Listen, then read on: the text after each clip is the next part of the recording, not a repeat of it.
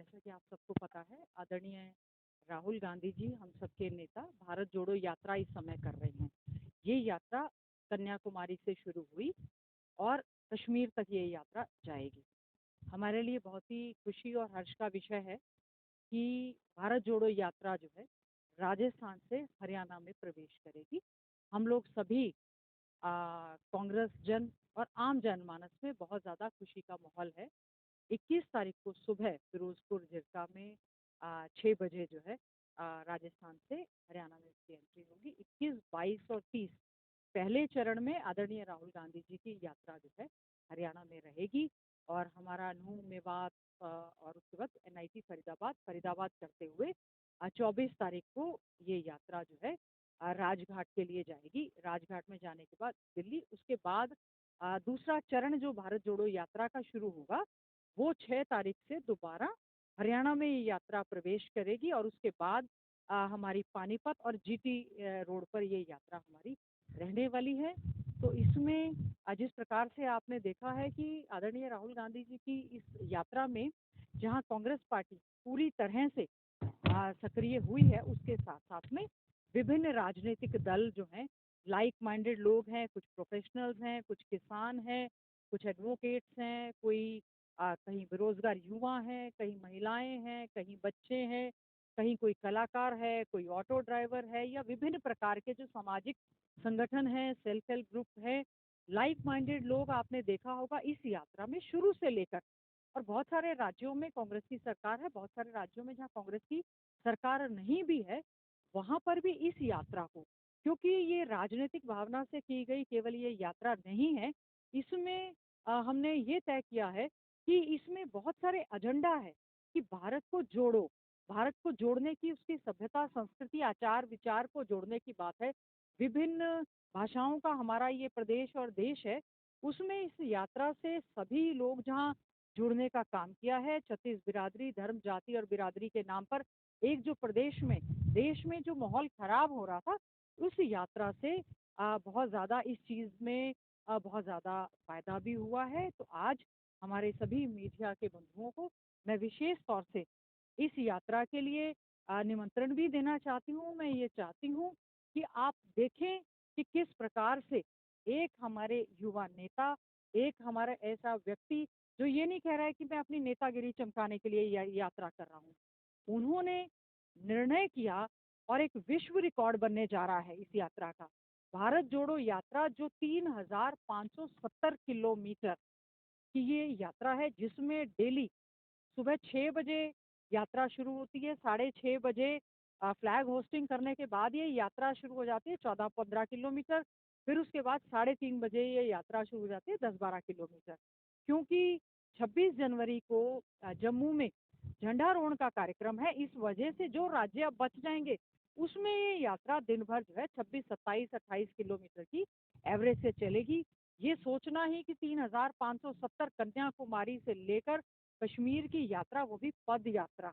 और सबसे बड़ी बात इस यात्रा में जो हो रहा है, सबसे जो जुड़ाव हो रहा है, जो फायदे पता चल रहे हैं, जो समस्याएं पता चल रही हैं आम जनमानस के बारे में कि क्या किसानों को समस्या है, उनका कैसे समाधान होगा, क्या बेरोजगारी की ओर हम लोग लगातार बढ़ रहे हैं, उसका क्या समाधान होगा। तमाम वो ऐसे मुद्दे जो राजनीतिक दल हमेशा अपने मैनिफेस्टो में रखते हैं, लेकिन सरकार बन जाने के बाद अपने जो घोषणा पत्र से कहीं ना कहीं वो गायब नजर आते हैं। इन सभी चीजों को लेकर भारत जोड़ो कि एक तेरा कदम एक मेरा कदम मिलकर बन जाए, मतलब भारत को महान बनाने के लिए हम लोग एक ऐसी ये जो यात्रा है, इसके लिए मैं सभी को जहाँ इसका निमंत्रण देती हूँ। साथ ही साथ में हमारा जैसे जिला झज्जर है, जिस समय नौगावा है, नौगावा राजस्थान का 4 किलोमीटर राजस्थान में जहाँ पर उनका कैंप है, वहाँ से वो लोग चलेंगे 6 बजे। हम उनको 6 बजे मुंडका बॉर्डर पर जो है हरियाणा की ओर से बहुत जोरदार भव्य स्वागत, बहुत उत्साह का माहौल है सभी में।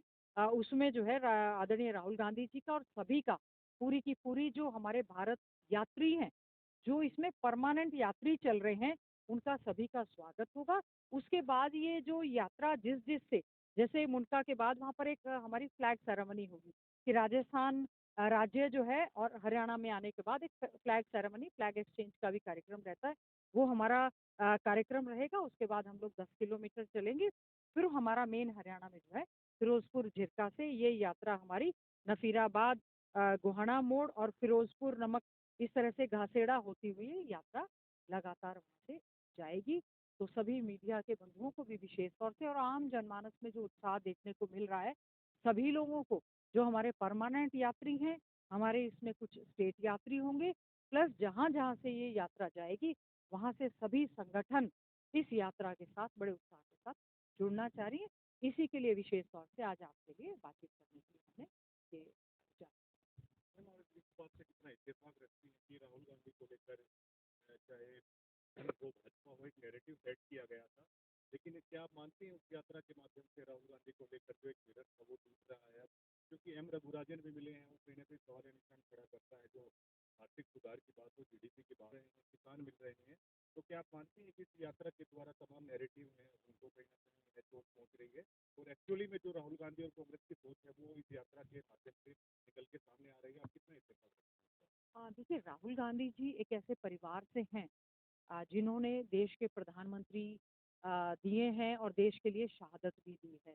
देश की आज़ादी में, स्वतंत्रता संग्राम में गांधी परिवार का जहाँ और कांग्रेस पार्टी का जो बहुत बड़ा एक रोल रहा है, ऐसे व्यक्ति और ऐसे दल उस पर टिप्पणी कर रहे हैं जिनका ना स्वतंत्रता संग्राम में कोई कभी बहुत बड़ा अहम रोल रहा है, ना ही उन्होंने देश के लिए इस तरह की कोई कुर्बानियां दी हैं।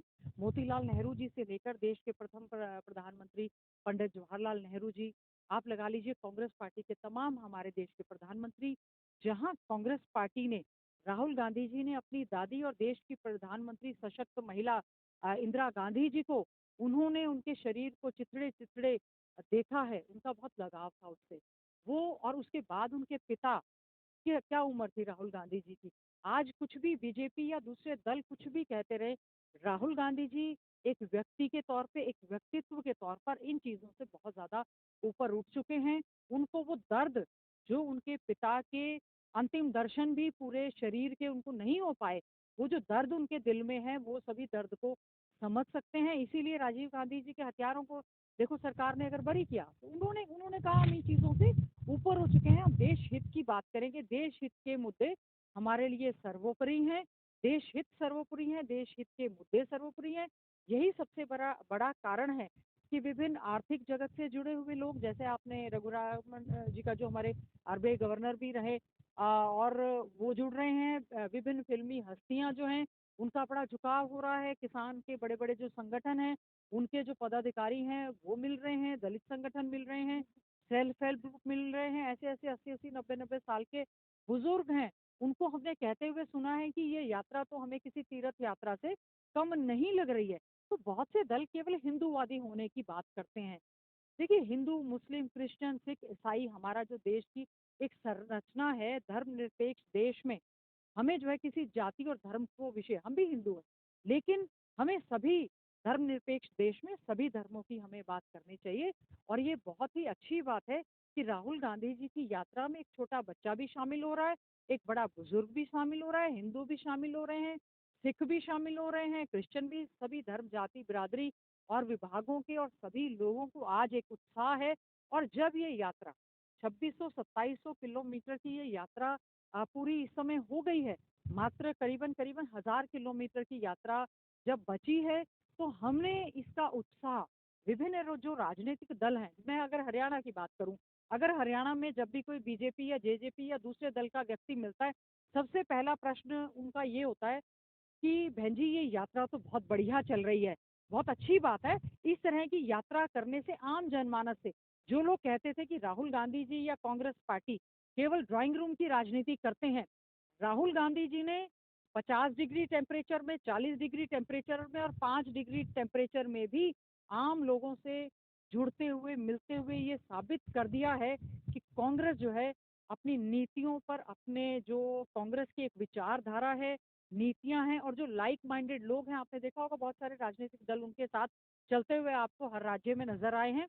और सबसे ज्यादा खुशी की ये बात है कि बहुत सारे राजनीतिक दल जो कांग्रेस पार्टी से ज्यादा सा सरोकार नहीं रखते थे, उन्होंने भी बहुत खुशी खुशी के साथ में इस भारत जोड़ो यात्रा का स्वागत किया है। प्रदेश के होम मिनिस्टर हैं, उनको मैं कल सुन रही थी, उन्होंने कहा था कि भारत जोड़ो यात्रा हरियाणा में आ रही है, हम इसका स्वागत करते हैं। तो अच्छी बात है कि स्वागत होगा। ये यात्रा जो है मैं समझती हूँ एक बहुत बड़ा विश्व रिकॉर्ड जहाँ बनेगा, साथ ही साथ में आम व्यक्ति को ये समझ में आएगा कि हमारी लड़ाई लड़ने के लिए बहुत से ऐसे लोग हैं जो आम जनमानस के बीच में बैठकर उनकी समस्याएं जानकर इस तरह की लड़ाई लड़ने का काम करते हैं।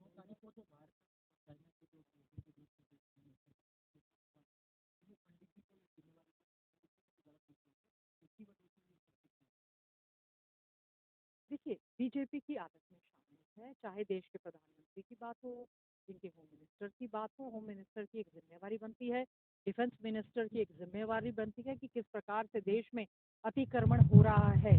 अब इस समय किसी के ऊपर भी ठीकरा फोड़ना तो बहुत आसान काम है। देश की आज़ादी हो, चाहे इंडिया पाकिस्तान वॉर हो, इंडिया चाइना वॉर हो, किस प्रकार से हमारे देश के जो महान सेनानी थे, उन्होंने देश के लिए शहादत भी दी है। और किस प्रकार से चाहे कोई भी युद्ध हुआ, ऐसा टिप्पणी करना मैं समझती हूँ देश के पूर्व प्रधानमंत्री को लेकर, उसके साथ-साथ में देश के जो हमारे सैनिक हैं, चाहे वो हमारे बीएसएफ के हैं, सीआरपीएफ के हैं, दूसरे सेना के दल हैं, जिन्होंने देश की आज़ादी को बचाए जाने के लिए पूरा प्रयास किया है।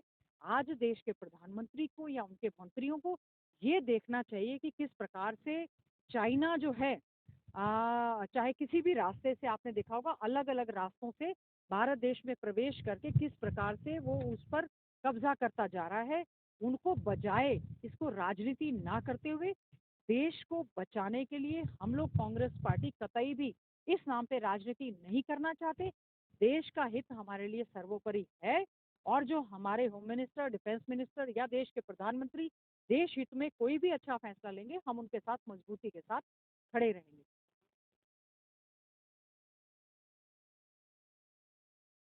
हाँ, देखिए ये भारतीय जनता पार्टी का अपना जुरिडिक्शन है, लेकिन हमें ये मालूम है कि आज के समय में भारतीय जनता पार्टी की सरकार जिनका जेजेपी के साथ अलायंस है, ये सरकार पूरी तरह से हर मोर्चे पर फेल हुई है। चाहे किसान बड़ा सा एक आंदोलन था, जिसमें 750 से ज़्यादा किसान हमारे जो है दिल्ली के आसपास विशेष तौर से हरियाणा में चाहे ढांसा बॉर्डर था, सिंघू बॉर्डर था या जो भी है, यहाँ पर वो लोग बैठे रहे।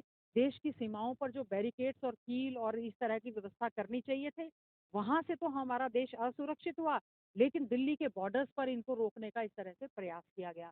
चाहे बेरोज़गारी जो चरम सीमा पर है, आज प्रदेश हमारा पहले नंबर पर है।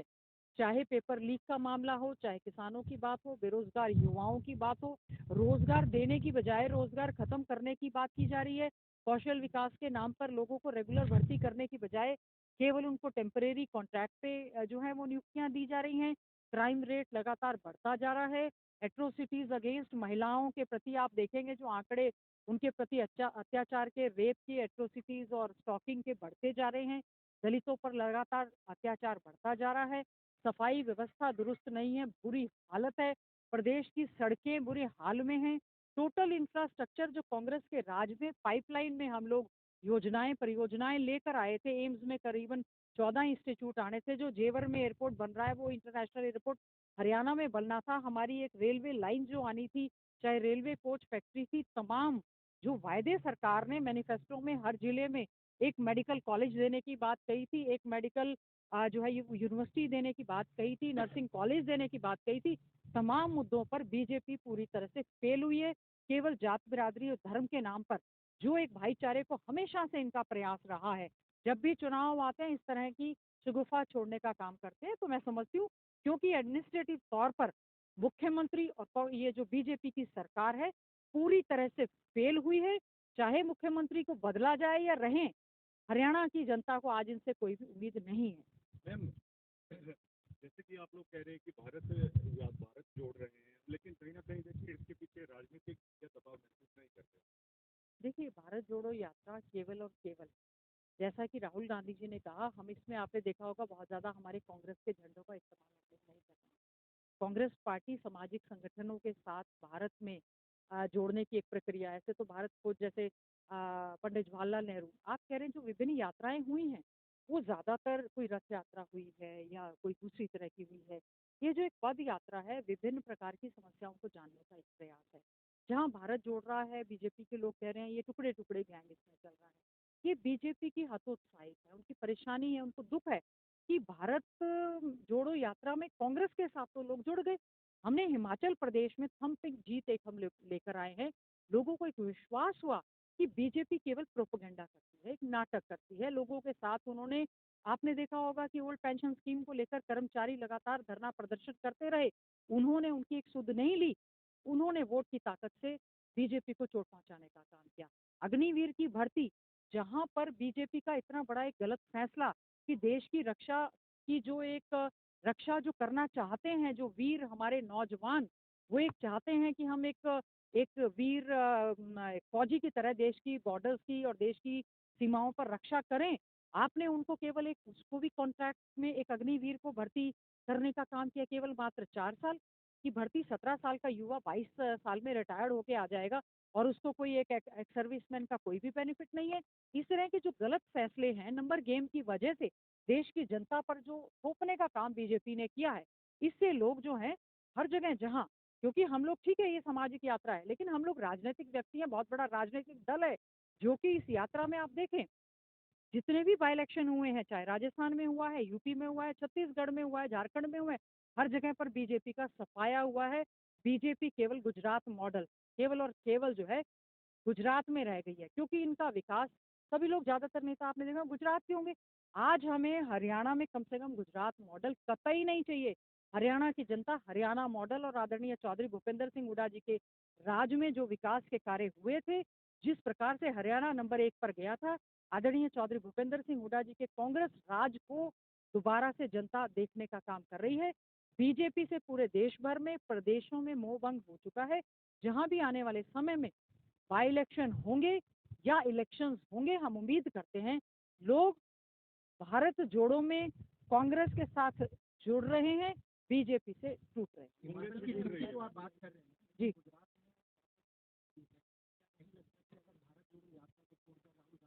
गुजरात में प्रचार करके तो आंकड़ों में कहीं ना कहीं फेरबदल होना चाहिए।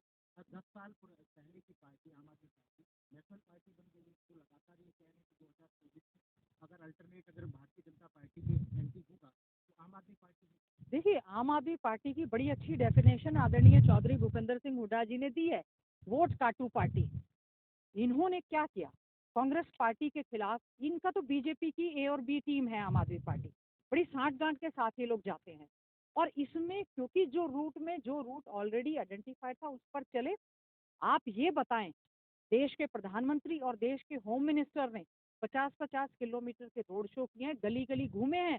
अपना प्रदेश बचाने के लिए के प्रधानमंत्री को सारी ताकत, सारे मंत्री, सारे मुख्यमंत्री, सारे संगठन, सारे मीडिया हाउसेस, ओवरऑल सारी ताकत, क्योंकि नाक का सवाल केवल और केवल देश के प्रधानमंत्री को गुजरात नजर आता है। प्रधानमंत्री देश का होता है, ना कि केवल और केवल वो गुजराती है। केवल और केवल गुजरात में सारे गुजरात के ठेकेदार, गुजरात के बड़े बड़े घरानों के उनके दोस्त, जिनको उन्होंने छोटे व्यापारी, कर्मचारी, छोटा दुकानदार, बिजनेस, सबको इन्होंने जो है खत्म करने का काम किया। केवल और केवल क्या कारण है? देश के प्रधानमंत्री, होम मिनिस्टर और अध्यक्ष जो भी बात हो, केवल और केवल गुजरात की बात करते। गुजरात में बहुत बुरी हालत है। गुजरात में मुश्किल से हाथ पैर जोड़कर बीजेपी जो है वो जीती है। क्या कारण है कि बाई इलेक्शन में प्रधानमंत्री की अपील काम नहीं आई, बीजेपी की अपील काम नहीं आई? लोगों को समझ में आ गया है आने वाले समय में चाहे लोकसभा की बात हो, चाहे वो विधानसभाओं की बात हो, बीजेपी का सफाया होगा। और हमें किसी को गुजरात मॉडल इस समय नहीं चाहिए।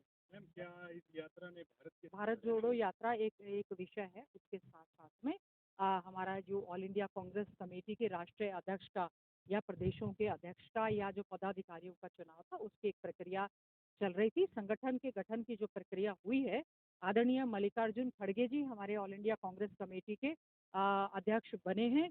श्रीमती सोनिया गांधी जी हमारे नेता हैं, आदरणीय राहुल गांधी जी हमारे नेता हैं। उसी के साथ साथ में हमारे सभी लोग, हम लोग जुड़कर, जैसा कि ये विभिन्न कमेटियां करीबन भारत जोड़ो यात्रा के लिए करीबन 14 कमेटियों का गठन किया गया है। और मुझे भी एक मीडिया की जिम्मेवारी स्टेट लेवल पर दी गई है। तो कांग्रेस पार्टी जुड़ी थी और अच्छी बात है, और ज़्यादा अच्छे से जुड़कर चलेंगे। कोई भी जो विभिन्न आपने नेताओं के नाम लिए, हर व्यक्ति अपने हिसाब से कांग्रेस पार्टी के लिए ही काम कर रहा है और कांग्रेस को मजबूत करने के लिए काम कर रहा है। और इसमें कांग्रेस के साथ साथ सभी जितने भी राजनीतिक सामाजिक संगठन हैं, हम इस यात्रा के माध्यम से उन सभी को निमंत्रण दे रहे हैं कि आदरणीय राहुल गांधी जी की भारत जोड़ो यात्रा हरियाणा में 21, 22, 23 तारीख को आ रही है। आप सब आमंत्रित हैं, आप इस यात्रा में जुड़े और मैं समझती हूँ जो चलता हुआ ये हवन यज्ञ है उसमें अपनी आहुति डालने का काम करें।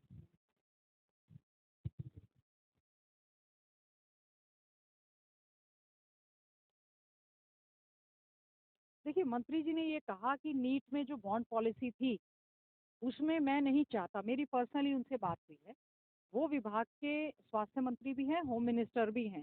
जिस समय एमडी यूनिवर्सिटी में कन्वोकेशन चल रहा था उस समय जो नीट बॉन्ड पॉलिसी के खिलाफ जो एमबीबीएस के स्टूडेंट है जिनका इतने एग्जाम देने के बाद एडमिशन हुआ है उनके ऊपर लाठी चार्ज किया गया था, उनको जो है हाउस अरेस्ट कर लिया गया था। मैंने उसी समय प्रदेश के होम मिनिस्टर अनिल विज जी को फोन करके ये कहा कि आप ही के विभाग के पुलिस कर्मचारी अधिकारी उनके ऊपर लाठीचार्ज कर रहे हैं, एफआईआर दर्ज कर रहे हैं और आप ही के विभाग के वो हेल्थ डिपार्टमेंट के डॉक्टर्स हैं, ये क्या चल रहा है। तो उन्होंने कहा कि मुख्यमंत्री जी की देखरेख में ये सब हो रहा है।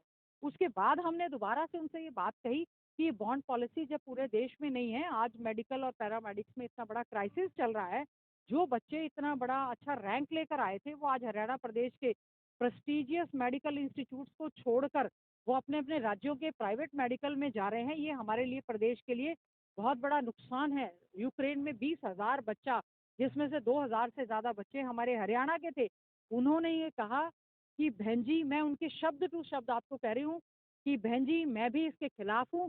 मैंने मुख्यमंत्री जी को पत्र भी लिखा है, फाइल पे भी लिखा है कि आप इस बॉन्ड पॉलिसी को स्थगित कर दें। इसका मतलब आज हरियाणा प्रदेश में सरकार में मंत्रियों में ठीक ढंग से कोऑर्डिनेशन नहीं है, सरकार सही ढंग से नहीं चल रही है।